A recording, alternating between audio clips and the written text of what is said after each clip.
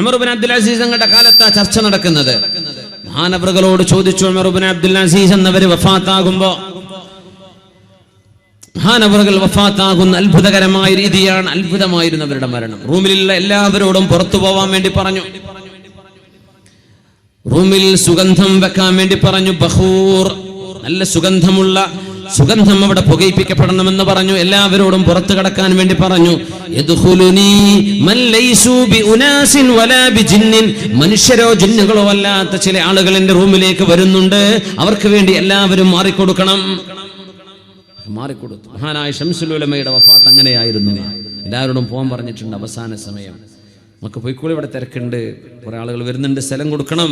എല്ലാവരും മാറി നിന്നു. അവിടെ ആരുമില്ല, അല്ലാഹുവിന്റെ മലക്കുകളായിരിക്കണം എന്നാണ് മഹാനായ ശംസുൽ ഉലമ അങ്ങനെ വഫാത്താകുന്നത്. ഉമർ ഇബ്നു അബ്ദുൽ അസീസ് റളിയല്ലാഹു തആല അൻഹു എല്ലാവരോടും മാറി നിൽക്കാൻ വേണ്ടി പറഞ്ഞ് വിശുദ്ധ ഖുർആനിന്റെ ആയത്ത് ഓതി മനോഹരമായ മരണമാണ് നടന്നത്. മനോഹരമായ മരണമാണ്.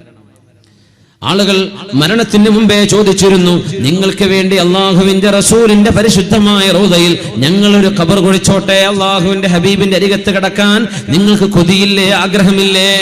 അവിടെ ഒരു ഖബർ കുഴിച്ചോട്ടെ നിങ്ങൾക്ക് വേണ്ടി. സ്വാഭാവികമായും രാജാവാണ് അല്ലെങ്കിൽ ഖലീഫയാണ്, ഒരു ഉത്തരവ് കൊടുത്താൽ റൗദയുടെ ഭിത്തി തന്നെ മാറ്റിക്കെട്ടി അവിടെ എന്ത് ചെയ്യും? ഒരു ഖബർ ഹബീബിന്റെ ആ ഒരു മുറബ്ബയിൽ, ആ ഒരു സ്ക്വയറിൽ ഒരു ഖബർ കുഴിക്കാൻ പ്രയാസമില്ല. ആളുകൾ ചോദിക്കാൻ അങ്ങനെ ചെയ്തോട്ടെ. എന്താ മഹാൻ കൊടുത്ത മറുപടി എന്നറിയോ? നിങ്ങൾ ആലോചിക്കുന്നുണ്ടോ അള്ളാഹുവിന്റെ ഹബീബിനോടും ഹബീബിന്റെ കൂടെ എല്ലാ കഷ്ടപ്പാടിലും കൂടെ നിന്ന് ത്യാഗം ചെയ്ത രണ്ട് സാഹിബേനിയായ സിദ്ദീഖ് റളിയല്ലാഹു അൻഹുവിന്റെയും ഉമർ ഇബ്നുൽ ഖത്താബ് റളിയല്ലാഹു അൻഹുവിന്റെയും അരികത്ത് പോയി കിടക്കാനുള്ള യോഗ്യത ഈ ഉമർ ഇബ്നു അബ്ദുൽ അസീസിനുണ്ടോ? ഞാൻ ഒരിക്കലും അങ്ങോട്ടില്ല. ആ ഒരു മഖാമിലേക്ക് പോകാൻ മാത്രമുള്ള പുണ്യം ഈ ഉമർ ഇബ്നു അബ്ദുൽ അസീസ് ജീവിതത്തിൽ ചെയ്തിട്ടില്ലല്ലോ. ഞാൻ ആഗ്രഹിക്കുന്നത് അല്ലാഹു എന്റെ പാപങ്ങൾക്ക് എന്നെ ശിക്ഷിക്കാതെ എന്നെ ഒന്ന് രക്ഷപ്പെടുത്തി കിട്ടിയാൽ മതിയായിരുന്നു. റൗളയിൽ കിടക്കണമെന്ന മോഹം പറയാൻ പോലും എനിക്ക് അർഹതയില്ലല്ലോ എന്ന് പൊട്ടിക്കരഞ്ഞുകൊണ്ട് സന്തോഷത്തോടുകൂടെ നിരസിച്ചു മഹാനായ ഉമർ ഇബ്നു അബ്ദുൽ അസീസ് റളിയല്ലാഹു അൻഹു. എന്താണ് ആ ചിന്തകൾ? അള്ളാഹുവിന്റെ ഹബീബിന്റെ സാഹിബൈനിയുടെ കൂടെ കിടക്കാൻ ഞാൻ ആയിട്ടുണ്ടോ? സിദ്ദീഖ് തങ്ങളുടെ കൂടെ, ഉമർ റളിയല്ലാഹു അൻഹുവിന്റെ കൂടെ ഈ മാനികമായ പ്രഭയിലും തഖ്വയിലും പരിശുദ്ധിയിലും സൂക്ഷ്മതയിലും നീതിയിലും ലോകത്തിന്റെ മാതൃക വെക്കാൻ കഴിയുന്ന രണ്ട് മഹത്തുക്കളെയാണ് ചരിത്രം എടുത്തു പറയുന്നത്. ഒന്ന് ഈ ഉമർ ഇബ്നു അബ്ദുൽ അസീസ് റളിയല്ലാഹു അൻഹുവാൻ, മറ്റേത് ഉമർ ഇബ്നുൽ ഖത്താബ് റളിയല്ലാഹു അൻഹുവാൻ. എന്നിട്ട് പോലും ഞാൻ അവിടെ കിടക്കാൻ യോഗ്യതയുള്ളവനല്ലല്ലോ, യോഗ്യതയില്ല. മഹാനായ അഷ്റഫുൽ ഖൽഖ് സ്വല്ലല്ലാഹു അലൈഹി വസല്ലം തങ്ങളുടെ റൗദയിൽ കിടക്കാൻ ആഗ്രഹമില്ലാത്തത് കൊണ്ടല്ല, പക്ഷേ ചിന്തിക്കുന്നത് ഞാൻ അത്രക്കായില്ലല്ലോ എന്ന ചിന്തയാണ്. ആ ഒരു താഴ്മയും വിനയവും മുഅ്മിനായ മനുഷ്യന്റെ ജീവിതത്തിന്റെ അനിവാര്യതയാണ്. എപ്പോഴും ഒരാളെ കാണുമ്പോൾ അയാൾ എന്നെക്കാളും ഖൈറാണ് എന്നാണ് വിചാരിക്കേണ്ടത്. മുതിർന്ന ഒരാളെ കാണുമ്പോൾ വിചാരിക്കേണ്ടത്, അല്ലാഹുവേ അയാൾക്ക് എന്നെക്കാളും പ്രായമുണ്ടല്ലോ, ഞാൻ ചെയ്തതിനേക്കാളും ഒരുപാട് നന്മകൾ ചെയ്യാനുള്ള സമയവും സന്ദർഭവും അയാൾക്ക് അല്ലാഹു നൽകിയിട്ടുണ്ടായിരിക്കും. അതുകൊണ്ട് ആ പ്രായമുള്ള ആൾ എന്നെക്കാളും മെച്ചപ്പെട്ട ആള് തന്നെ. പ്രായത്തിൽ കുറഞ്ഞ ഒരാളെ കാണുമ്പോ, ചെറുപ്പക്കാരനെ കാണുമ്പോ, കുട്ടികളെ കാണുമ്പോ, അല്ലാഹുവേ ഞാൻ ജീവിച്ച അത്ര, ഞാൻ ചെയ്ത തെറ്റൊന്നും ഈ കുട്ടികൾ ചെയ്തിട്ടില്ലല്ലോ, ഞാൻ ജീവിച്ച അത്ര അവർ ജീവിച്ചില്ലല്ലോ, അതുകൊണ്ട് പാപങ്ങൾ എന്നെക്കാളും അവർക്ക് കുറവായിരിക്കുമല്ലോ. മുതിർന്നവരെ കാണുമ്പോൾ നന്മകൾ അവർക്ക് എന്നെക്കാളും കൂടുതലാണല്ലോ. രണ്ടവസ്ഥയിലും അവർ, മറ്റുള്ളവർ എന്നെക്കാളും ഖൈറാണ്, അവരെന്നെക്കാളും മുന്തിയവനാണ്. ലൈസ ഫിൽ ഖൗമി അഷ്ഖാ മിന്നി, ഈ സമൂഹത്തിൽ ഏറ്റവും പരാജയപ്പെട്ടവൻ ഞാനല്ലാതെ മറ്റാരുമില്ല. ഇങ്ങനെയാണ് മുഅ്മിനായ മനുഷ്യൻ ചിന്തിക്കേണ്ടത്. അങ്ങനെയാ ചിന്തിക്കേണ്ടത്. അഭിമാനം പറഞ്ഞൂടാ, ഞാൻ വലിയ ആൾ തന്നെയാണ് എന്നൊന്നും പറയാൻ പാടില്ല. ഞാൻ ഏറ്റവും താഴ്ന്നവനാണ്. അത്തിപ്പറ്റ സ്ഥാനം കണ്ടിട്ടുണ്ടോ ആരെങ്കിലും? അത്തിപ്പറ്റ മൊയ്തീൻകുട്ടി മുസ്ലിയാർ സ്ഥാനം കണ്ടവരെന്ന് കൈവയ്ക്കട്ടെ. വന്നവിടെ മാഷാ അല്ലാഹ്. കഴിഞ്ഞ വർഷം ഈ 6 മാസം മുമ്പ് ഉസ്താദ് വന്നു. മാഷാ അല്ലാഹ്. അതൊക്കെയാണ് ആലിം എന്ന് പറഞ്ഞാൽ. ഉസ്താദിൻ്റെ ആ ഒരു വല്ലാത്ത ജീവിതേ. സ്റ്റേജിൽ ഉസ്താദ് വരികയാണെങ്കിൽ കസേരയൊക്കെ ഒഴിവാക്കി താഴെ പായ വിരിക്കേണ്ടി വരും. ഉസ്താദിനെ ഭക്ഷണത്തിന് വീട്ടിൽ വിളിക്കുകയാണെങ്കിൽ ടേബിളൊന്നും ഉസ്താദിരിക്കൂല, ചെയറൊന്നും ഇരിക്കൂല, താഴെ പായ വിരിച്ച് എല്ലാവർക്കും തിന്നാൻ പറ്റുന്ന വലിയൊരു പ്ലേറ്റിൽ അതിൽ പത്തിരിയോ ചോറോ കറിയോ ബിരിയാണിയോ സാമ്പാറോ എല്ലാം ഒരുമിച്ച് അങ്ങോട്ട് ഒഴിച്ചിട്ട് ബിസ്മില്ല എന്ന് പറഞ്ഞ് ഭക്ഷണത്തിൻ്റെ മര്യാദയും പറഞ്ഞു കൊടുത്തിട്ട് ഉസ്താദ് കഴിപ്പിക്കും. ഉസ്താദ് വളരെ കുറച്ച് കഴിക്കും. അതിനിടയ്ക്ക് സുന്നത്ത് ഇങ്ങനെ പറഞ്ഞുകൊണ്ടിരിക്കും. ആ ആലിമിൻ്റെ ഒരു ജീവിതത്തിൻ്റെ ആ ഒരു എന്താ സിംപ്ലിസിറ്റി ആൻഡ് ഹ്യൂമിലിറ്റി, എന്തോ ഒരു മനോഹരമായ വിനയവും താഴ്മയും. സമസ്ത കേരള ജമിയത്തുൽ ഉലമയുടെ ആലിമീങ്ങളിൽ നമ്മൾ കാണുന്ന വ്യത്യാസം അതാണ്. ആലിമീങ്ങൾ ഇഷ്ടം പോലെ ഉണ്ടല്ലോ, പക്ഷേ നമ്മുടെ സമസ്തയുടെ ഉലമാഇൻ്റെ പ്രത്യേകത അതാണ്. ആ ഒരു വിനയവും താഴ്മയും. അവർ വലിയ ആൾക്കാരാന്നുള്ള ഈ ഏർപ്പാടൊന്നും അവർ ചെയ്യൂല. ഇത് ആലിം ഇങ്ങനെയാണ് ജീവിക്കേണ്ടതെന്ന് ഉസ്താദ് അങ്ങനെ അത്തിപ്പറ്റ ഉസ്താദിൻ്റെ മുമ്പിൽ ഇടപെടുന്ന ഒരുപാട് ആളുകൾ, ഉസ്താദിൻ്റെ മുരീദന്മാർ. ഉസ്താദ് 20-ഓളം വർഷം അല്ലൈനിലായിരുന്നു, UAE അല്ലൈനിലായിരുന്നു. മാഷാ അല്ലാഹ്, ഒരുപാട് കാലം അവിടുത്തെ അറബികൾക്കും മലയാളികൾക്കും ഒക്കെ ഒരുപോലെ തർബീയത്ത് കൊടുത്ത മഹാനായ അത്തിപ്പറ്റ ഉസ്താദ് അവர்கள். ഉസ്താദ് ഒരിക്കലും സദസ്സിലിരുന്നപ്പോൾ അങ്ങനെ ഒരു ചെറിയ സദസ്സ് വീട്ടിൽ സദസ്സിലിരുന്നപ്പോൾ ഉസ്താദ് പറയുകയുണ്ടായത്രേ, 15 എനിക്ക് പ്രായപൂർത്തിയായതിൻ്റെ ശേഷം ജമാഅത്തായിട്ടല്ലാതെ ഞാനൊരു നിസ്കാരം ഫർദ് നിസ്കരിച്ചിട്ടില്ല. പ്രായപൂർത്തിയായയുടെ മുതൽ ഈ നിമിഷം വരെ ജമാഅത്തായിട്ടല്ലാതെ ഞാൻ ഫർദ് നിസ്കരിച്ചിട്ടില്ല. സുബ്ഹാനല്ലാഹ്, അതൊക്കെ പറയാൻ ധൈര്യമുള്ള ഒരു ആലിം ആരാ വേറെ ഉണ്ടാവുക?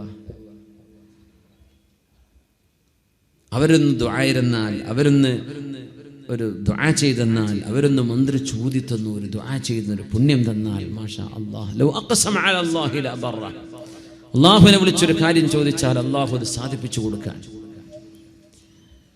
അപ്പോൾ അവർ ചിന്തിക്കാൻ ഉസ്താദ് അങ്ങനെ ഇരിക്കുക, വളരെ വിനയത്തോടുകൂടെ വളരെ താഴ്മയിൽ സയ്യിദന്മാരായ തങ്ങൾ കുട്ടിയാണോ ഉസ്താദ്, ആ കുട്ടിയാണ് ബഹുമാനിക്കുക. തങ്ങൾ കുട്ടിയായ ഒരു കുട്ടി 5 വയസ്സുണ്ട് 6 വയസ്സുണ്ട്, ദ്വാരക്കാനുള്ള പരുവത്തിലൊക്കെ ആയിട്ടുണ്ടോ, ഉസ്താദ് ദ്വാരക്കൂല, തങ്ങൾ പാപ്പ ദ്വാരക്കി എന്ന് പറയും. ചെറിയ കുട്ടിയോടായിരിക്കും പറയാ തങ്ങൾ പാപ്പ എന്നൊക്കെ. സയ്യിദന്മാരെ തങ്ങന്മാരെ അങ്ങനെയാ കാണാം, അങ്ങനെ ബഹുമാനിക്കണം എന്ന് പഠിപ്പിക്കുകയാണ് മഹാനായ ഉസ്താദ് അവറുകൾ. അല്ലാഹു അവർക്ക് ആഫിയത്തും സലാമത്തും വർദ്ധിപ്പിച്ചു കൊടുക്കട്ടെ. ആമീൻ യാ റബ്ബൽ ആലമീൻ. ആ ഒരു സിംപ്ലിസിറ്റി, ലൈസ ഫിൽ ഖൗമി അഷ്ഖാ മിന്നി. മഹാനായ അബൂ ഹനീഫത്തുൽ കൂഫി റളിയല്ലാഹു തആല അൻഹു ദർസ് നടത്തിക്കൊണ്ടിരിക്കുമ്പോൾ ഒരാളിങ്ങനെ കാലിങ്ങനെ മുമ്പോട്ട് നീക്കി വെച്ചു. പള്ളിയിലൊക്കെ ഇരിക്കുമ്പോൾ സ്വാഭാവികമായും ചെയറിലിരിക്കുമ്പോൾ ബുദ്ധിമുട്ട് തോന്നില്ല, പായലിരിക്കുകയാണ്, ചിലപ്പോൾ കാല് മടക്കി വെച്ച് ബുദ്ധിമുട്ടാകുമ്പോൾ കാല് നീട്ടി വെക്കൂലേ. അപ്പൊ ഇമാമിന്റെ മുമ്പിലേക്കാണ് നീട്ടിയത്. ഇമാം അവരുടെ ക്ലാസ് എടുത്തുകൊണ്ടിരിക്കുക, പെട്ടെന്ന് ഇവർ കാല് വലിച്ചു. അപ്പൊ ചോദിച്ചു, നിങ്ങൾ എന്താ ഇപ്പൊ ചെയ്തത്? ഒന്നല്ല, സ്ഥാന്റെ മുമ്പിൽ ഇപ്പൊ ഇങ്ങനെ കാല് നീട്ടാണ്.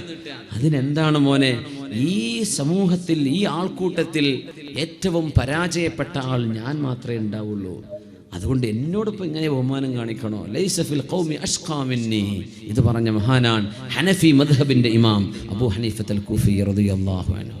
അങ്ങനെയാണ് ആലിമീങ്ങൾ ചിന്തിക്കേണ്ടത്. ഇത് മുൻഗാമികളിൽ നിന്ന് പഠിക്കേണ്ടതാണ്. സജ്ജനങ്ങളിൽ നിന്ന് ഇങ്ങനെയാ അവർ പഠിക്കുക. മുൻഗാമികളാണത് പഠിപ്പിച്ചു തരുന്നത്. تتجافى جنوبهم عن المضاجع يدعون ربهم خوفا وطمعا ومما رزقناهم ينفقون. സജ്ജനങ്ങളായ ആളുകൾ ജീവിച്ചു പോയ ഏറ്റവും മഹിതമായ മാതൃകകൾ അല്ലാഹുവിന്റെ ഹബീബ് സ്വല്ലല്ലാഹു അലൈഹി വസല്ലം തങ്ങളിലൂടെ, സ്വഹാബത്തിലൂടെ, താബിഈങ്ങളിലൂടെ, താബിഈങ്ങളിലൂടെ അല്ലാഹുവിന്റെ ദീനിന്റെ കാവൽ ഭടന്മാരായ പണ്ഡിത തേജസ്സുകൾ, അല്ലാഹുവിന്റെ സൂഫി വര്യന്മാരായ ആലിമീങ്ങൾ കാണിച്ചു തന്ന മാതൃകകളാണിത്. നമ്മുടെ ജീവിതത്തിലേക്ക് പകർത്താൻ ഒരുപാടുണ്ട്. ഇബ്രാഹിം ഇബ്നു അദ്ഹം റളിയല്ലാഹു അൻഹു മഹാനവറുകൾ ജോർദാനിന്റെ മരുഭൂമിയിലൂടെ നടക്കുമ്പോഴാണ് ഒരു വഴിതെറ്റി വന്ന ഒരു പട്ടാളക്കാരൻ ആ വഴിക്ക് ഇങ്ങനെ വരുന്നുണ്ട്. ഇബ്രാഹിം അദ്ഹം റളിയല്ലാഹു അൻഹു ഒരുപാട് കാലം ജോർദാനിന്റെ മരുഭൂമിയിൽ അലഞ്ഞു നടക്കാന്ന് പറഞ്ഞാൽ ഹെറാനിയത്തിന്റെ പരിഭ്രാന്തിയുടെ ഒരു സ്റ്റേജിലേക്ക് എത്തിയപ്പോ മഹാനവറുകൾ മരുഭൂമിയിലേക്ക് ഇറങ്ങിയിട്ടുണ്ടെന്നാണ്. അപ്പോഴാണ് അവിടെ ഒരു ഖബർസ്ഥാനുണ്ട്.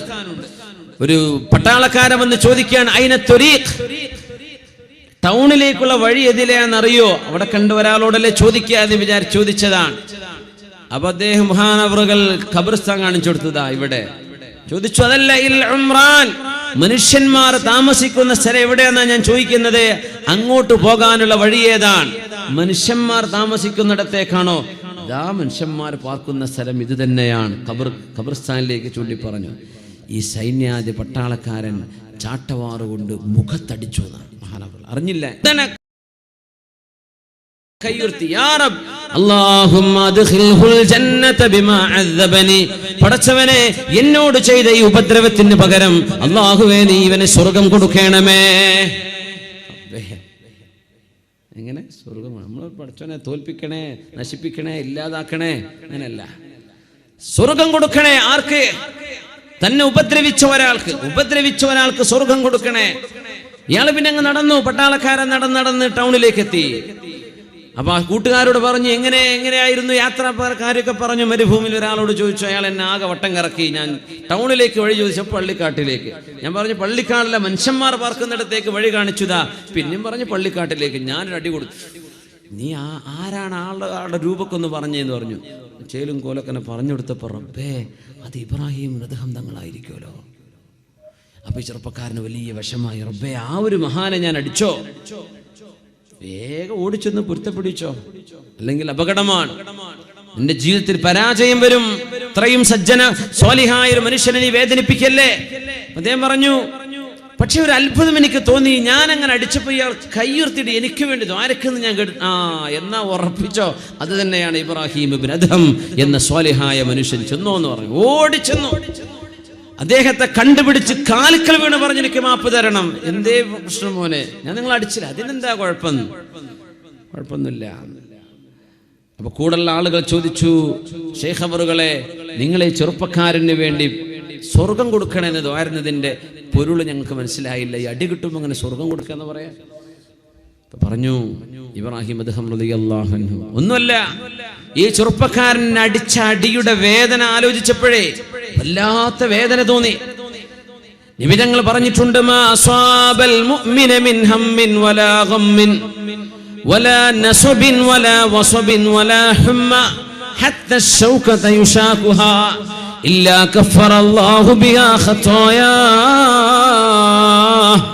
മുഅ്മിനായ മനുഷ്യന് ഏതെങ്കിലും ഒരു സങ്കടമോ ഒരു വിഷമമോ ഒരു വേദനയോ ഒരു പനിയോ ഒരു ക്ഷീണമോ ഒരു അസുഖം വന്നാൽ തന്നെയും അല്ലാഹു തആല അത് കാരണം മുഅ്മിനായ മനുഷ്യന്റെ പാപങ്ങൾ പുറത്തു കൊടുക്കുമെന്ന് പറഞ്ഞിട്ടുണ്ട്. എനിക്ക് കിട്ടിയ അടിയുടെ വേദന നോക്കുമ്പോൾ എനിക്ക് ഒരുപാട് പാപങ്ങൾ പൊറുക്കപ്പെടാൻ ഇവൻ കാരണമായിട്ടുണ്ട്. ആ മനുഷ്യൻ കാരണം എനിക്ക് അല്ലാഹു പാപങ്ങൾ പുറത്തു തരികയും എന്റെ വേദന കാരണം അല്ലാഹു എനിക്ക് പ്രതിഫലം നൽകുകയും ചെയ്യുമ്പോൾ അങ്ങനെ ഒരു ഉപകാരം ചെയ്തവന് ഞാൻ ഉപദ്രവം ചെയ്യാൻ പാടില്ലല്ലോ. അതുകൊണ്ടാണ് ഞാൻ അവന് സ്വർഗം കൊടുക്കണേ എന്ന് ദുആ ചെയ്തത്. എനിക്ക് ചെയ്ത ഉപകാരത്തിന് പകരമാണ്. സുബ്ഹാനല്ലാഹ്, ഇതൊക്കെ ചിന്തിക്കുന്ന ലോകമാണ് ഇസ്ലാമിക സംസ്കാരത്തിന്റെ ഈറ്റില്ലം എന്നൊക്കെ നമ്മൾ പറയുന്ന ഇസ്ലാമിക സംസ്കാരത്തിന്റെ സുവർണ കാലഘട്ടങ്ങൾ. അവരിങ്ങനെയാ ചിന്തിക്കുക. നമ്മളെങ്ങനെ പകരം വീട്ടാൻ പറ്റുമെന്ന് ആലോചിക്കുക. അതാണ് വ്യത്യാസം. നമുക്ക് പകരം വീടാം. മൃഗങ്ങളുടെ സ്വഭാവമാണ് അത്, പകരം വീട്ടാതെ. പൂച്ചനെ പിടിച്ച് അടിച്ചു നോക്കി, നല്ല പൂച്ചയായിരിക്കും. റൂമിൽ കെട്ടിയിട്ട് അടിച്ചു നോക്കി പൂച്ച ഒരു നരിയുടെ സ്വഭാവത്തിലേക്കാണ് മാറുന്നത് കാണാം. പൂച്ചക്ക് രക്ഷപ്പെടാൻ വഴിയൊന്നുമില്ല.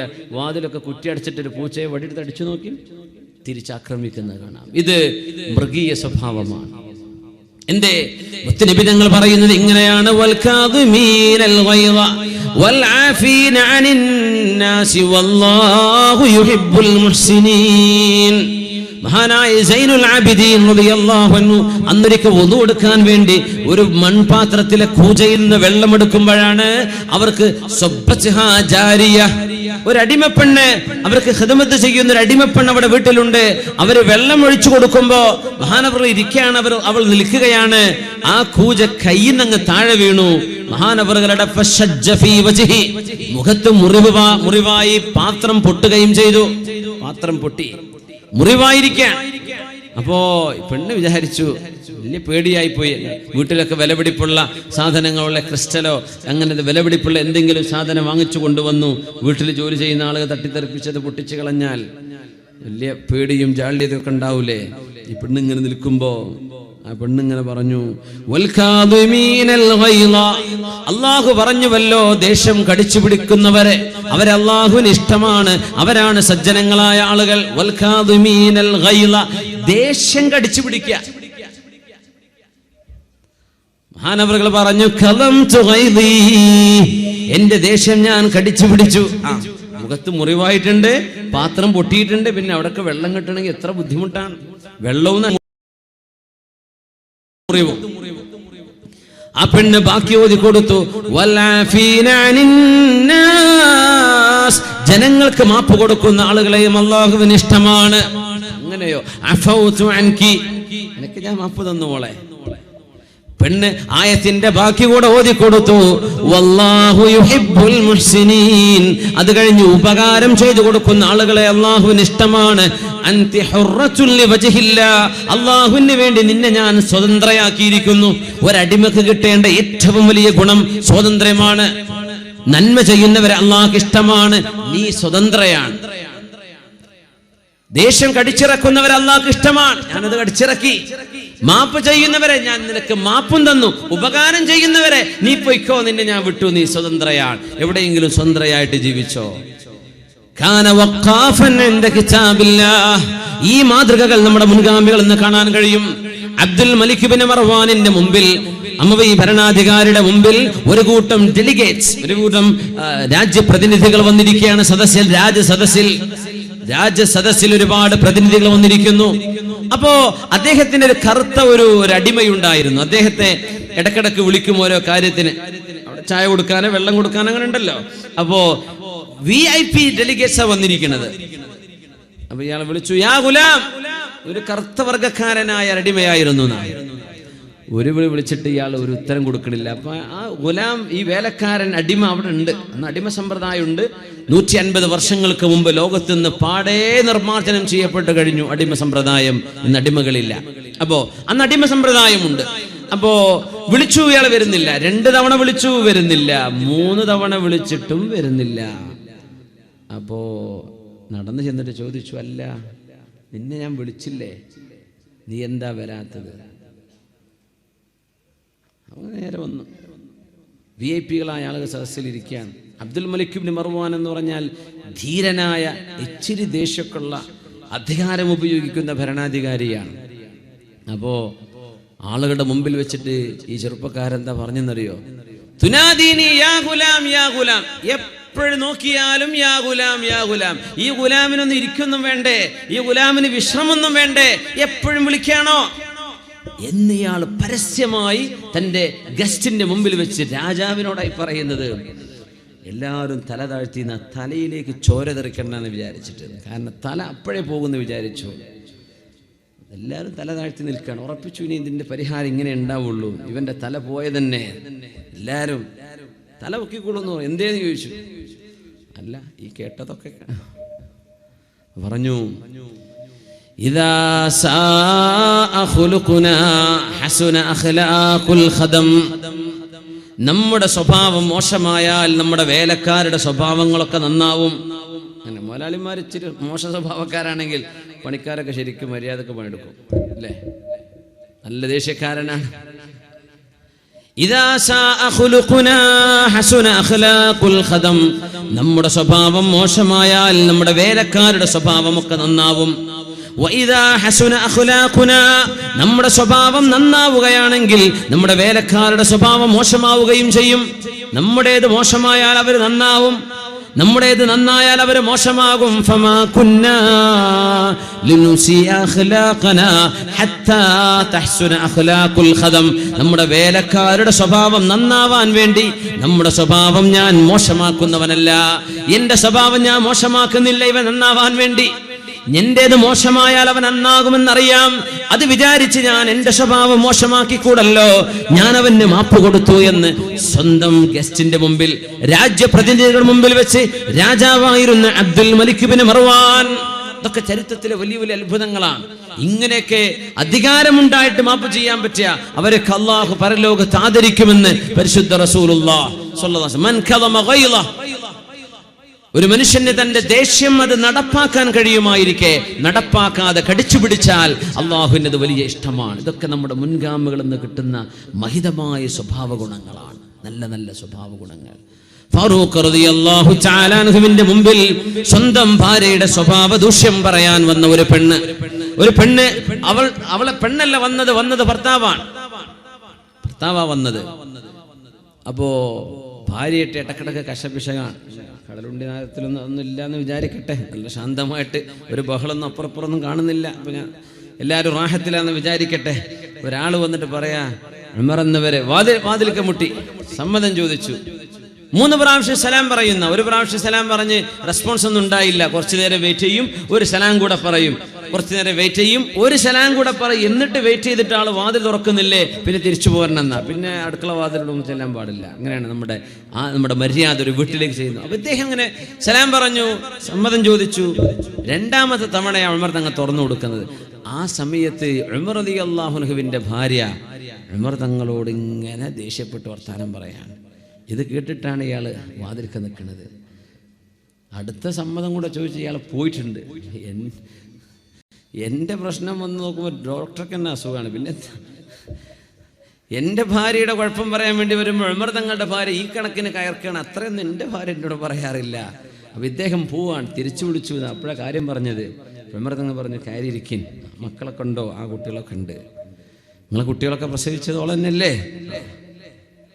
നിങ്ങളല്ലല്ലോ വിഷമം സഹിച്ചതൊക്കെ അവരല്ലേ? ഗർഭധാരണം മുതൽ പ്രസവിക്കണവരെ കാലില് മസില് കയറുന്നതും ഞരമ്പ് വീർക്കണതും ഉറക്കം വരാത്തതും ഛർദിയും വിഷമവും ഒരു ഗൈനക്കോളജിൻ്റെ അടുത്ത് അപ്പോയിൻമെൻറ്റ് എടുക്കണതൊക്കെ എത്രയാ വലിയ ജിഹാദിൻ്റെ കൂലിയായിരിക്കും ഇപ്പോഴത്തെ കാലത്തൊക്കെ. 6 മണിക്ക് അപ്പോയിൻമെൻറ്റ്, തിരിച്ചു വല്ല രാത്രി 6 മണിക്കായിരിക്കും. ഇങ്ങനെ പോയി ഇരിക്കുക, കാത്തിരിക്കാനേ, ഡോക്ടർ വന്നിട്ടില്ല, ലേബർ റൂമുക്ക് പോയി ഇപ്പോൾ വരും പോവും. ഇങ്ങനെ എത്ര അപ്പോയിൻമെൻറ്റ്, എത്ര തവണ പോയി മടങ്ങി കഷ്ടപ്പെട്ടിട്ട് അവർ കുഞ്ഞ് ജനിക്കണത്. ഉമർ തങ്ങൾ അതൊന്നും പറഞ്ഞിട്ടില്ലേ? നിങ്ങൾ കുട്ടികൾക്ക് ജന്മം കൊടുത്തത് ഉമ്മയല്ലേ, നിങ്ങളുടെ ഭാര്യ. ഭക്ഷണമൊക്കെ ഉണ്ടാക്കി തരുന്നില്ലേ? നിങ്ങളുടെ വസ്ത്രമൊക്കെ വൃത്തിയാക്കി തരുന്നില്ലേ? വീടൊക്കെ അടിച്ചു മാറി അതൊക്കെ ചെയ്യുന്നുണ്ട്.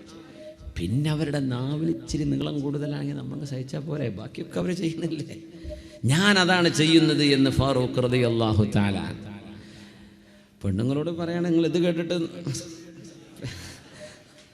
പേരിൽ പോയി മൃതങ്ങളാവൂല നിങ്ങളെ ഭർത്താക്കന്മാരെ.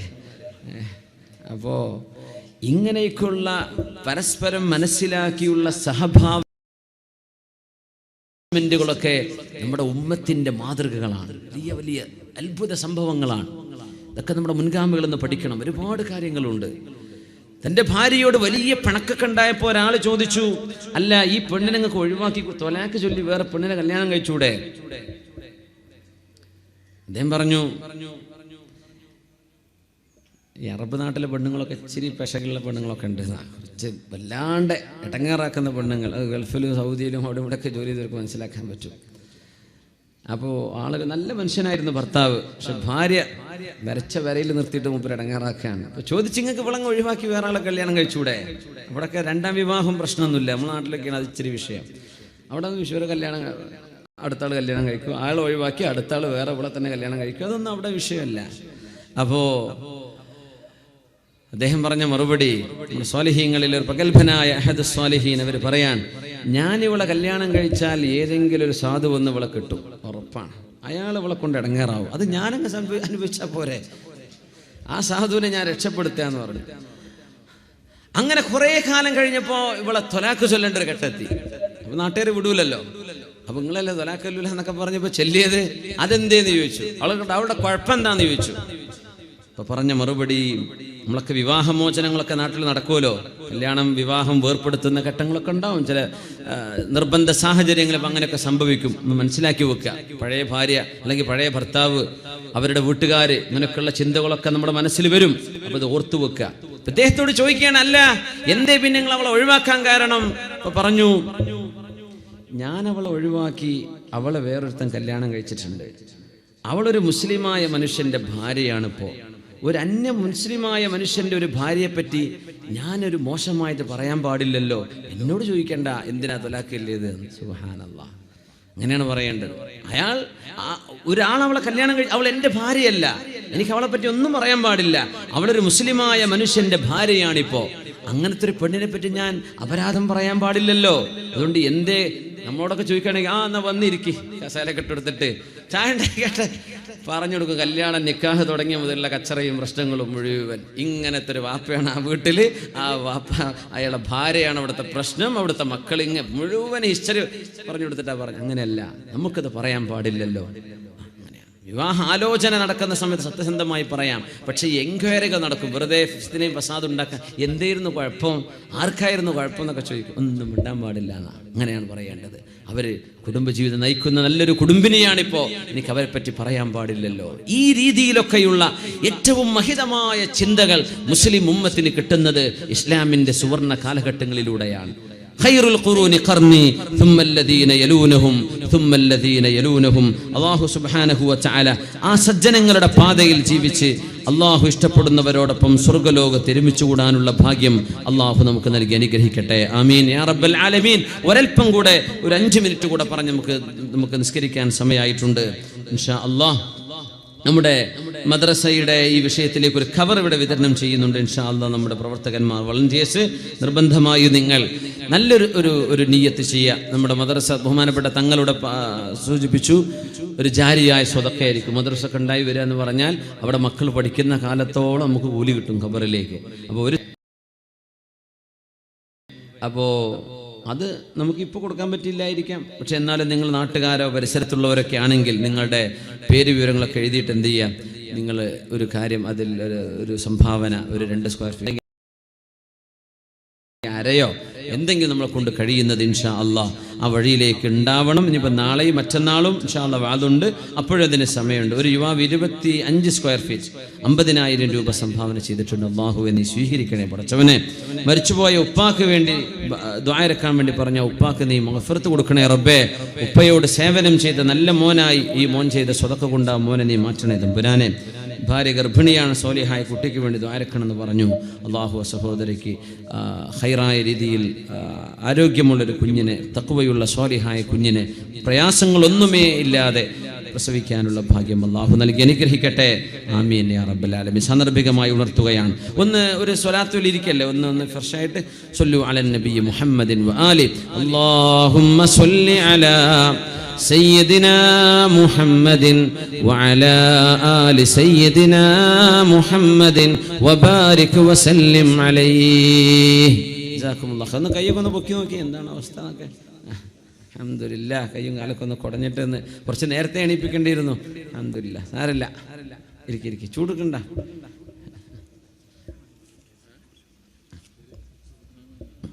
ഒരു സ്വർണ്ണ കമ്മൽ ഒരു സഹോദരി നൽകിയിട്ടുണ്ട്. അൽഹംദുലില്ലാഹ്. പ്രത്യേകം ദുആ ചെയ്യണമെന്ന് പറഞ്ഞു. അല്ലാഹുവേ ആ സഹോദരിയുടെ ഉദ്ദേശ ലക്ഷ്യം നീ സഫലങ്ങളുടെ സംഭാവനയെ നീ കബൂൽ ചെയ്യണേ തമ്പുരാനെ. നമ്മുടെ മക്കളെ, കുടുംബത്തെ എല്ലാ വിപത്തുകളിൽ നിന്ന് നീ കാക്കണമേ റബ്ബേ. ആമീൻ യാ റബ്ബൽ ആലമീൻ.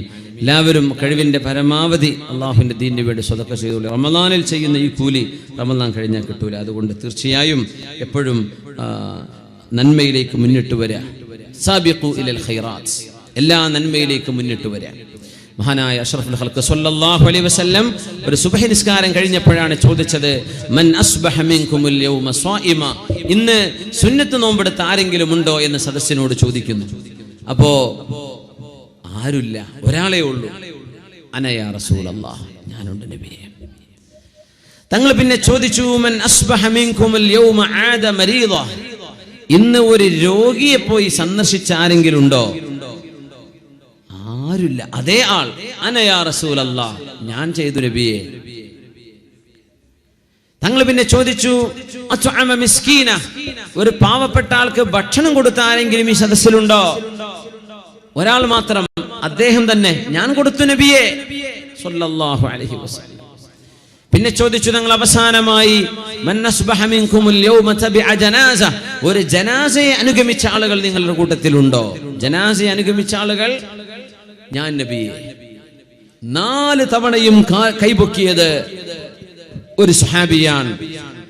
അത് മറ്റാരുമല്ല, മഹാനായ അബൂബക്കർ സിദ്ദീഖ് റളിയല്ലാഹു അൻഹു. തങ്ങൾ പറഞ്ഞു, ഈ 4 നന്മകളും ഒരു മനുഷ്യന്റെ ജീവിതത്തിന്റെ ഭാഗമായാൽ, ഒരു മനുഷ്യൻ ചെയ്യുകയാണെങ്കിൽ, അനുവർത്തിക്കുകയാണെങ്കിൽ, ദഖലൽ ജന്ന, ആ മനുഷ്യനെ അല്ലാഹു പ്രവേശിക്കുകയും ചെയ്യുക തന്നെ ചെയ്യുമെന്ന മഹാനായ അഷ്റഫുൽ ഖൽഖ് റസൂലുള്ളാഹി സ്വല്ലല്ലാഹു അലൈഹി വസല്ലം. അപ്പോ നോമ്പെടുക്കുന്നു, രോഗിയെ സന്ദർശിക്കുന്നു, പാവപ്പെട്ടവർക്ക് ഭക്ഷണം കൊടുക്കുന്നു, ജനാസയെ അനുഗമിക്കുന്നു. ഒരു മയ്യത്ത് മരണം നടന്നാൽ ആ മയ്യത്തിന്റെ ഫ്യൂനറൽ കർമ്മങ്ങളിൽ പങ്കുചേരുന്നു. ഇത് നന്മയിലേക്ക് ഓടി വരാൻ അള്ളാഹുവിന്റെ ഹബീബ് പറഞ്ഞ ഒരു ഉദാഹരണമാണ്. ഒരു നോമ്പത് മാത്രമായിരിക്കില്ല, എന്തേ ഓടി നന്മയിലേക്ക് ഓടി വരട്ടെ, ഒരുപാട് നന്മകൾ ചെയ്യട്ടെ, ഒരുപാട് നന്മകൾ ജീവിതത്തിൽ, കാരുണ്യ പ്രവർത്തനങ്ങൾ നമ്മുടെ സജ്ജനങ്ങളായ ആളുകൾ എമ്പാടും ചെയ്തു കൂട്ടിയത് ഈ ഉമ്മത്തിനെ കാണിച്ചു തന്നതും അതാണ്. തങ്ങളായിരുന്നു സൈനുൽ ആബിദീൻ റളിയല്ലാഹു അൻഹു. തങ്ങളാണ് മരിച്ചു കിടന്ന് അവരെ മഹാനവറുകളെ കുളിപ്പിക്കുന്ന നേരത്താണ് പുറത്തൊക്കെ ഒരുപാട് തഴമ്പ് കാണുന്നത്, കഷ്ടപ്പെട്ട് ജോലി ചെയ്യുന്നതിന്റെ തഴമ്പ്.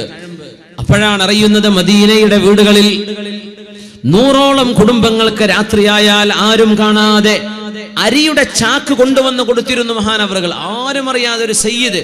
തങ്ങളൊക്കെ ആകുമ്പോ ഒരാളെ വിളിച്ചാ പോരെ, കുട്ടികളോട് പറഞ്ഞാൽ പോരെ, നമ്മുടെ വളണ്ടിയേഴ്സ് ഉണ്ട്, അല്ലെങ്കിൽ നമ്മുടെ സുഹൃത്തുക്കളുണ്ട്, അവരോടൊക്കെ ഒന്ന് പറഞ്ഞാൽ ഒന്ന് കൊണ്ടുപോയി കൊടുക്കണേ എന്ന് പറഞ്ഞാൽ കൊണ്ടുകൊടുക്കാൻ പറ്റുന്നത്. മഹാനവറുകൾ രാത്രി ഇരുട്ടായാൽ ആരും കാണാത്ത നേരം ഓരോ ചാക്ക് അരിയെടുത്തിട്ട് തോളിൽ വെച്ചിട്ട് മദീനയിലെ പാവപ്പെട്ടവരുടെ വീടിന്റെ വാതിൽക്ക് കൊണ്ടുപോയി വെക്കും. രാവിലെ തുറക്കുമ്പോ അവരരി കാണും. എല്ലാ മാസവും ഈ പാവപ്പെട്ടവർക്ക് ജീവിക്കാനുള്ള ഭക്ഷണം ആര് കൊണ്ടുപോയി കൊടുക്കും? അലി സൈനുൽ ആബിദീൻ റളിയല്ലാഹു അൻഹു കൊണ്ടുപോയി കൊടുക്കും. അപ്പോ ആരായി കൊണ്ടുതരുന്നതെന്ന് അറിയില്ല. അതാണ് അത്ഭുതം. നമ്മൾ റിലീഫ് പ്രവർത്തനങ്ങളൊക്കെ ചെയ്യുമ്പോഴേ സംഘടനകളൊക്കെ ശ്രദ്ധിക്കേണ്ട ഒരു കാര്യം അതാണ്. നമ്മൾ അറിഞ്ഞിട്ട് പാവപ്പെട്ട ആളുകളൊക്കെ സ്റ്റേജിൽ കൊണ്ടുവന്ന് നിർത്തിയിട്ട് അവരത് ഫോട്ടോ എടുത്തിട്ട് അവരെ സ്വീകരിക്കുന്നു, ഒരാളെ കൊടുക്കുന്നു, അങ്ങനെയൊന്നും ചെയ്യരുതെന്നാ. അതൊക്കെ അവരറിയാതെ അല്ലെങ്കിൽ പരസ്യപ്പെടുത്താത്ത രീതിയിൽ അത്രയും സൂക്ഷ്മതയോടുകൂടിയാണ് നന്മ ചെയ്യേണ്ടതെന്ന് പഠിപ്പിക്കുകയാണ്. മഹാനായ അലി സൈനുൽ ആബിദീൻ തങ്ങൾ വഫാത്തായതിന്റെ ശേഷം മദീനക്കാരായ വീട്ടുകാരിൽ 100ഓളം വീട്ടുകാർക്ക് ഭക്ഷണം കിട്ടാതെ വന്നപ്പോഴാണ് അവരാലോചിച്ചത്, റബ്ബേ നമുക്ക് ഭക്ഷണം കൊണ്ടുതരുന്ന ആൾ എന്തേ ഇപ്പൊ വരാത്തത്? അപ്പോഴാ മനസ്സിലായത് ഇത് മഹാനായ അലി സൈനുൽ ആബിദീൻ തങ്ങളാണ്. അപ്പൊ അന്ന് കുളിപ്പിക്കുന്ന നേരത്ത് കണ്ട തഴമ്പുകൾ മഹാനവറുകൾ ചുമലിൽ വഹിച്ചു കൊണ്ടുവന്നതിന്റെ അടയാളമായിരുന്നു. സയ്യിദാൻ, ഹബീബായ നബി തങ്ങളുടെ കുടുംബമാണ്. അള്ളാഹുവിന്റെ അലി റളിയല്ലാഹു നബി തങ്ങളുടെ സ്വല്ലല്ലാഹു അലൈഹി വസല്ലം പൊന്നുമോൾ ഫാത്തിമ ബീവിയിലൂടെ അലി റളിയല്ലാഹു അൻഹുവിലൂടെ കടന്നു വന്ന ഹബീബിന്റെ ചോരയാണ് സ്വല്ലല്ലാഹു അലൈഹി വസല്ലം. ആ സയ്യിദാണ് ഉമ്മത്തിന് വേണ്ടി ത്യാഗം ചെയ്തത്. എനിക്കിവിടെ ഏറ്റവും അത്ഭുതം തോന്നുന്നത് തന്നെയാണ്. നമ്മുടെ ഈ കടലുണ്ടി നഗരം, ഇവിടുത്തെ SKSF-ന്റെ പ്രവർത്തകന്മാരായ സുഹൃത്തുക്കൾ, അവരിൽ സയ്യിദന്മാരുണ്ട്, തങ്ങന്മാരുണ്ട്, മറ്റു സുഹൃത്തുക്കളുണ്ട്. ഇവരൊക്കെ ചെയ്യുന്ന സേവനങ്ങൾ ഇൻഷാ അല്ലാഹ് അല്ലാഹു ഖബൂൽ ചെയ്യട്ടെ. ആമീൻ. അതൊക്കെ ജീവിതത്തിൽ ഒരുപാട് നന്മകളും സ്വർഗ്ഗപ്രവേശവും കിട്ടാൻ കാരണമാണ്. മൻ അസ്ബഹ മിൻകുമുൽ യൗമ സ്വായിമ, സുന്നത്ത് നോമ്പെടുക്കുകയും ആദമരീളൻ രോഗിയെ സന്ദർശിക്കുകയും. അല്ലാഹുവിന്റെ ഹബീബ് പറഞ്ഞില്ലേ സ്വല്ലല്ലാഹു അലൈഹി വസല്ലം, യഖൂലുല്ലാഹു അസ്സ വജല്ല, നാളെ പരലോകത്തേക്ക് വരുമ്പോൾ അല്ലാഹു ചോദിക്കും, യാ അബ്ദി, എന്റെ ദാസനെ, ജുഅതു ഫലം തുത്ഇംനി, എനിക്ക് വിശപ്പ് വന്നപ്പോൾ നീ എന്തേ എനിക്ക് ഭക്ഷണം തരാതിരുന്നത്?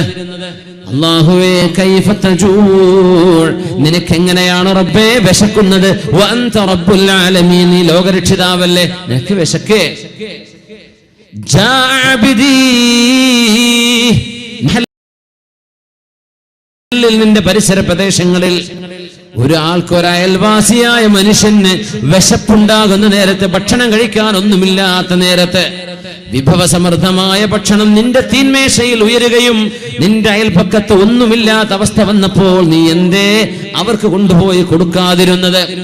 ലൗ ഫഅൽതഹാ, നീ അത് ചെയ്തിരുന്നുവെങ്കിൽ ലവജദ്ത ദാലിക ഇൻദി, അതിന്റെ കൂലി നിനക്കിവിടെ അല്ലാഹു നൽകുമായിരുന്നു, ഞാനിവിടെ നിനക്ക് നൽകുമായിരുന്നു, നിനക്കിവിടെ ആ കൂലി കിട്ടുമായിരുന്നല്ലോ, എന്തേ നീ ഭക്ഷണം കൊടുക്കാതിരുന്നത്? അല്ലാഹു ചോദിക്കും.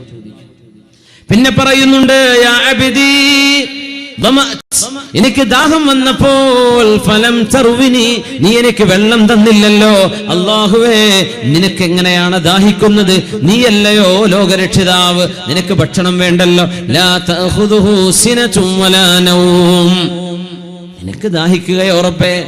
അതേ, എനിക്കെന്ന് പറഞ്ഞത് എന്റെ അബ്ദ് വെള്ളം കിട്ടാതെ വന്നപ്പോ, കിണറുകളിൽ വെള്ളം വറ്റിയപ്പോ, ചൂടുകാലമായപ്പോ ശുദ്ധജലം കിട്ടാതെ വന്നപ്പോ, നിന്റെ വീട്ടിലെ കിണറ്റിൽ എമ്പാടും വെള്ളം ഞാൻ തന്നപ്പോൾ അതിൽ നിന്നൊരു ബക്കറ്റ് കോരി എടുക്കട്ടെ, ഒരു മോട്ടോർ വെച്ചിട്ട് ഞങ്ങളൊന്ന് പൈപ്പ് വെച്ചോട്ടെ എന്ന് ചോദിച്ചപ്പോൾ അതങ്ങനെയാണ് ഇങ്ങനെയാണെന്നൊക്കെ പലവിധ ഒഴിവുകഴിവുകൾ പറഞ്ഞ് വെള്ളമെടുക്കാൻ മുടക്കിയതല്ലേ നീ എന്ന് വെള്ളം കൊടുക്കാത്തവരോട് അല്ലാഹു ചോദിക്കുമത്രേ. എന്തേ വെള്ളം കൊടുക്കാതിരുന്നത്? എന്തിനെ തടസ്സം നിന്നത്? അയൽപക്കക്കാരോടുള്ള കടപ്പാടെന്തേ ചെയ്യാതിരുന്നത്? അത് ബുദ്ധിമുട്ടാണ്, അങ്ങനെ പറയാൻ മനുഷ്യൻ. അത് ബുദ്ധിമുട്ടാണ്. എന്ത് ബുദ്ധിമുട്ട് ഇപ്പോൾ അവിടെ? ഒരു പ്രയാസം ഉണ്ടാവില്ല, അത് ബുദ്ധിമുട്ടാന്ന് പറയും. കിണറ്റിലെ വെള്ളം വറ്റിപ്പോയാലോ, സുബ്ഹാനല്ലാഹ്, അങ്ങനെ വറ്റിക്കൊന്നും ചെയ്യാനും പാടില്ല. പക്ഷേ ഒരു ഉപകാരം ചെയ്യുന്നത് മുടക്കിക്കൂടല്ലോ. അത് ചെയ്തിരുന്നുവെങ്കിൽ നിനക്കതിന്റെ കൂലി ഇവിടെ കിട്ടുമായിരുന്നു. നമ്മൾ ഓർക്കണേ, ഉസ്മാൻ ഇബ്നു അഫ്ഫാൻ റളിയല്ലാഹു അൻഹുവിനോട് ഹബീബായ നബി തങ്ങൾ പറഞ്ഞത്, മൻ ഹഫറ ബിഅറ റൂമ ഫലഹുൽ ജന്ന. റൂമ കിണർ ആരെങ്കിലും മുസ്ലിമീങ്ങൾക്ക് വേണ്ടി വാങ്ങിക്കൊടുത്താൽ അവർക്ക് സ്വർഗമുണ്ട് എന്ന് പറഞ്ഞു. മദീനയിലെ ഒരു ജൂതന്റെ കൈവശമുള്ള കിണറായിരുന്നു അത്. ആ കിണർ ജൂതൻ ആരെയും വെള്ളമെടുക്കാൻ അനുവദിക്കില്ല. ഉസ്മാൻ റളിയല്ലാഹു അൻഹു കിണർ വാങ്ങിക്കാൻ നോക്കിയപ്പോ അയാൾ പറഞ്ഞു, ഞാൻ തരില്ല, പകുതി തരാം. ആ പകുതിക്ക് ഒരുപാട് വില പറഞ്ഞു. ഉസ്മാൻ തങ്ങൾ ആ വില കൊടുത്ത് വാങ്ങിച്ചു. എന്നിട്ട് പകുതി ഭാഗം മുസ്ലിമീങ്ങളോട് വെള്ളമെടുക്കാൻ വേണ്ടി പറഞ്ഞു, പകുതി ഭാഗം ജൂതനും അയാളുടെ കുടുംബവും. അങ്ങനെ വന്നപ്പോൾ അയാൾ മുഴുവൻ നിങ്ങൾ വാങ്ങിക്കുമോ എന്ന് ചോദിച്ചു. മുഴുവൻ പൈസയും കൊടുത്തു. ഉസ്മാൻ തങ്ങൾ ആ കിണർ മുസ്ലിമീങ്ങൾക്ക് വേണ്ടി വാങ്ങിച്ചു കൊടുത്തപ്പോഴാണ് അള്ളാഹുവിന്റെ ഹബീബ് സന്തോഷിച്ചുകൊണ്ട് പറഞ്ഞത്, ഉസ്മാൻ ഇബ്നു അഫ്ഫാൻ എന്നവരെ തബൂക്ക് യുദ്ധത്തിലേക്ക് പോകുമ്പോൾ സൈന്യത്തിന് എല്ലാ സഹായവും ചെയ്തത് നിങ്ങളാണ്. ആ കിണർ വാങ്ങിക്കാൻ വേണ്ടി പറഞ്ഞപ്പോ കുടിവെള്ള ക്ഷാമം തീർക്കാൻ വേണ്ടി ഉസ്മാൻ എന്നവരെ നിങ്ങൾ ചെയ്ത ആ ത്യാഗം, ഈ രണ്ട് കാര്യങ്ങൾ ചെയ്തതിന്റെ ശേഷം നിങ്ങളെ അല്ലാഹു നരകത്തിലേക്ക് ഇടുകയില്ല ഉസ്മാനെ എന്ന് മഹാനായ അഷ്റഫുൽ ഖൽഖ് സ്വല്ലല്ലാഹു അലൈഹി വസല്ലം ഉസ്മാൻ റളിയല്ലാഹു അൻഹുവിനെ സംബന്ധിച്ച് പറഞ്ഞിട്ടുണ്ട്. നന്മ ചെയ്തതിന്റെ കൂലിയാണത്. വെള്ളം കൊടുക്കുക, ഭക്ഷണം കൊടുക്കുക. മുൻഗാമികളൊക്കെ അതിൽ എമ്പാടും മുന്നോട്ട് വരുമായിരുന്നു. ഇഫ്താറുകള്, ബന്ധുക്കളെ വിളിച്ച് ഭക്ഷണം കൊടുക്കുന്നത്, പാവപ്പെട്ടവർക്കും ബന്ധുക്കൾക്കും സുഹൃത്തുക്കൾ, അവര് പാവപ്പെട്ടവരാവണം നിർബന്ധമല്ല, ബന്ധുക്കൾക്കും സുഹൃത്തുക്കൾക്കും കൂട്ടുകാർക്കും ഭക്ഷണം കൊടുക്കുന്നത് വലിയ കൂലിയാണ്. നീ അത് ചെയ്തിരുന്നുവെങ്കിൽ അതിന്റെ കൂലി ഇവിടെ കിട്ടുമായിരുന്നല്ലോ. അല്ലാഹു തആല പറയുന്നുണ്ട്, എനിക്ക് വസ്ത്രം ഉടുക്കാനില്ലാതെ വന്നപ്പോ നീ എന്തേ എനിക്ക് വസ്ത്രം തരാതിരുന്നത്? ഇങ്ങനെ റമദാനിലേക്ക് ഒരുപാട് നന്മകൾ ചെയ്യാനുള്ള ഒരു പ്രചോദനമാണ് ഈ ഹദീസ്. എന്തേ നീ എനിക്ക് വസ്ത്രം തരാതിരുന്നത്? അല്ലാഹുവേ, നിനക്ക് വസ്ത്രം വേണ്ടല്ലോ റബ്ബേ. ഓരോരുത്തരോട് ചോദിച്ച ഒരാളോട് തന്നെ ആവണമെന്നില്ല, വേറെ ഒരാളോടായി ചോദ്യം, എന്തേ വസ്ത്രം തരാതിരുന്നത്?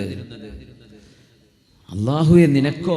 അതെ, മുസ്ലിമായ ഒരു മനുഷ്യനൊരാണോ ഒരു പെണ്ണോ വസ്ത്രമില്ലാതെ വിഷമിക്കുന്ന നേരത്ത് നിന്റെ അലമാരകളിൽ എമ്പാടും വസ്ത്രങ്ങൾ നീ തൂക്കി വെച്ചിരിക്കെ, ഓരോ ഡ്രസ്സിലേക്കും ചേർന്ന് ചെരുപ്പുകൾ മാറ്റി വെച്ചിരിക്കെ, അതിലേക്ക് വേണ്ട വളകളും അതിന്റെ ആക്സസറീസും വേറെ, ഓർണമെന്റുകൾ വേറെ, ഓരോന്നിനും വേറെ വേറെയായ അലമാരകൾ മുഴുവനും വസ്ത്രം നിറച്ചു വെച്ച് ആർഭാടം കാണിച്ചപ്പോ പെരുന്നാളിന് പോലും നല്ല ഒരു മാന്യമായ വസ്ത്രം ധരിക്കാനില്ലാതെ വന്ന വിദൂരത്തിൽ നിങ്ങൾ അറിയുന്ന പരിസരത്തുള്ള ഒരു കുടുംബത്തിന് നിങ്ങൾ എന്തേ ഒരൽപ്പം വസ്ത്രം അതിൽ നിന്ന് കൊടുക്കാതിരുന്നത്?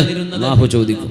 എല്ലാ സൽക്കാരത്തിനും പുതിയ ഡ്രസ്സ് ഇടുന്ന ആൾക്കാരെ പഴയ കോഴിക്കോട്ടേര് എല്ലാം മുമ്പ് തന്നെ 10-25-30 കൊല്ലം മുമ്പ് തന്നെ ഏത് സൽക്കാരാണ് കല്യാണത്തിനിട്ടത്, സൽക്കാരത്തിനിട്ടത് പിന്നെ പ്രസവത്തിന് കൂട്ടി കൊണ്ടുപോകാൻ വിടൂല, അപ്പിട്ടത് കുഞ്ഞിനെ കാണാൻ വേണ്ടി പോകാൻ വിടൂല. ഇങ്ങനെ ടെക്സ്റ്റൈൽസുകൾ കോഴിക്കോട് ഇങ്ങനെ പച്ച പിടിച്ചത് നമ്മുടെ ഈ ആചാരം കൊണ്ടാണെന്നാണ് എനിക്ക് തോന്നുന്നത്. അങ്ങനെ വസ്ത്രങ്ങൾ വാങ്ങിച്ചു കൂട്ടിയിട്ടേ ഒന്നുമില്ല ചോദിക്കുന്ന നിങ്ങളത് ചെയ്തിരുന്നുവെങ്കിൽ അതിന്റെ കൂലി ഞാൻ ഇവിടെ നിനക്ക് നൽകുമായിരുന്നു. ഇനി നാലാമത് അല്ലാഹു പറയാൻ പോകുന്ന അത്ഭുതമാണ്. അല്ലാഹു ചോദിക്കുന്നു, എനിക്ക് രോഗം വന്നപ്പോൾ നീ എന്തേ എന്നെ സന്ദർശിക്കാൻ വരാതിരുന്നത്? അല്ലാഹുവേ, നിനക്ക് രോഗം വരെ, എന്റെ അടിമ ഇന്നാലിന്ന ആൾക്ക് ക്യാൻസർ ആണെന്ന് നീ അറിഞ്ഞപ്പോ, ട്യൂമറാണെന്ന് അറിഞ്ഞപ്പോ, കിഡ്നിക്ക് പ്രശ്നമുണ്ടെന്നറിഞ്ഞപ്പോ, പ്രയാസകരമായ രോഗമാണെന്നറിഞ്ഞപ്പോ, എന്തെങ്കിലും ഒരു ചികിത്സ നടത്താൻ കഴിയുമായിരിക്കെ ഒരു ഡോക്ടറെ അടുത്ത് റെക്കമെൻഡേഷൻ ചെയ്ത് അയാൾക്കൊരു അപ്പോയിന്റ്മെന്റ് വാങ്ങിച്ചു കൊടുക്കാൻ നിനക്ക് സാധിക്കുമായിരിക്കെ, ഒന്ന് ഹോസ്പിറ്റലിൽ കൊണ്ടാക്കി കൊടുക്കാൻ വാഹന സൗകര്യം ഉണ്ടായിരിക്കെ, അയാളുടെ മരുന്നിന് ബില്ലടക്കാൻ കഴിയാതെ 10 ദിവസത്തെ മരുന്ന് നിർബന്ധമായും കഴിക്കണമെന്ന് പറഞ്ഞപ്പോ എത്രയാണ് അതിന്റെ പൈസ? 500 വേണ്ട എന്ന 2 ദിവസം മതി. 2 ദിവസം കൊണ്ട് അസുഖം മാറില്ലെന്നറിയാം. 10 ദിവസം നിർബന്ധം എന്ന് പറഞ്ഞതിൽ നിന്ന് ആ മരുന്ന് വാങ്ങാ തിരിച്ചു പോരുന്നത് കയ്യിൽ കാശില്ലാത്തതിന്റെ പേരിലായിരുന്നു. ഇതൊക്കെ നീ അറിഞ്ഞിട്ട് എന്തേ ആ മനുഷ്യനെ ഒന്ന് സഹായിക്കാതിരുന്നത്? അമായിൻ ഫഅൽതഹ, നീ അത് ചെയ്തിരുന്നുവെങ്കിൽ ലവജത്തനി ഇൻദഹു, ആ രോഗിയുടെ അരികത്ത് എന്നെ നിനക്ക് കാണാമായിരുന്നുവല്ലോ. അല്ലാഹു പറയാം. നേരത്തെ പറഞ്ഞതൊക്കെ എന്താ? ആ ചെയ്തതിന്റെ കൂലി ഇവിടെ കിട്ടുമായിരുന്നല്ലോ. വെള്ളം കൊടുത്തതിന് കൂലി കിട്ടുമായിരുന്നുവല്ലോ, ഭക്ഷണം കൊടുത്തതിന് കൂലി കിട്ടുമായിരുന്നല്ലോ, ഉടുക്കാൻ വസ്ത്രം കൊടുത്തതിന്. രോഗിയെ പറ്റി പറഞ്ഞപ്പോ രോഗിയെ നീ സന്ദർശിച്ചിരുന്നുവെങ്കിൽ ഞാൻ അവിടെ ഉണ്ടായിരുന്നല്ലോ. ഇപ്പോ ഉമ്മമാരെ, പ്രായമുള്ള ഉപ്പമാരെയൊക്കെ ശുശ്രൂഷിക്കുന്ന എത്രയോ മക്കൾ, അതുപോലെ തന്നെ ആൺമക്കളുടെ ഭാര്യമാർ, ഭർത്താവിന്റെ മാതാപിതാക്കളെ ശുശ്രൂഷിക്കുന്നവർ, സ്വന്തം ഉമ്മയെ ഉപ്പയെ ശുശ്രൂഷിക്കുന്നവരെ, അവരെ ഹോസ്പിറ്റലിൽ കൊണ്ടുപോകുന്നവർ, അള്ളാഹുവിന്റെ സാമീപ്യം, അള്ളാഹു കൂടെയുണ്ട് എന്ന് പരിശുദ്ധ റസൂലുള്ളാഹി സ്വല്ലല്ലാഹു അലൈഹി വസല്ലം. ജീവിതത്തിൽ ഒരുപാട് നന്മകൾ നമുക്ക് ചെയ്യാനുള്ള സൗഭാഗ്യവും, അള്ളാഹുവിന്റെ ദീനറിഞ്ഞും വിശുദ്ധ ഖുർആൻ അറിഞ്ഞും മനസ്സിലാക്കിയും അതിന്റെ ആശയങ്ങൾ അറിഞ്ഞും പഠിച്ചും അള്ളാഹുവിനെ ഓർത്ത് ഒരൽപ്പനേരമെങ്കിലും കഴിഞ്ഞു പോയ കാലത്തെ തെറ്റുകൾ ഓർത്ത് കരഞ്ഞുകൊണ്ടും ഈ വിശുദ്ധ റമദാനിന്റെ പകലിൽ ഹൃദയങ്ങളെ ശുദ്ധിയാക്കി നമ്മുടെ മുൻ തലമുറയോട് താദാത്മ്യം പ്രാപിക്കാൻ കഴിഞ്ഞില്ലെങ്കിൽ തന്നെയും നുഹിബ്ബുഹും, നമുക്കവരോട് സ്നേഹമാണ്, നീ സ്നേഹിക്കുന്നവരോടൊപ്പമാണ് എന്ന് മുത്തുനബി തങ്ങൾ പറഞ്ഞ ആ ഒരു വചനം നമുക്ക് അന്വർത്ഥമാക്കാൻ വേണ്ടിയെങ്കിലും നമ്മുടെ മുൻ തലമുറയോട്, മുൻഗാമികളോട് അവരുടെ മാതൃകകൾ എടുത്ത് നമുക്കവരോട് സ്നേഹബന്ധവും ആത്മീയമായ ബന്ധവും പുലർത്താൻ നമ്മുടെ മശായിഖന്മാർ അവരോടൊപ്പം സ്വർഗ്ഗലോകത്ത് ഒരുമിച്ച് കൂടാനുള്ള ഭാഗ്യം അല്ലാഹു നമുക്ക് നൽകി അനുഗ്രഹിക്കട്ടെ. ആമീൻ യാ റബ്ബൽ ആലമീൻ.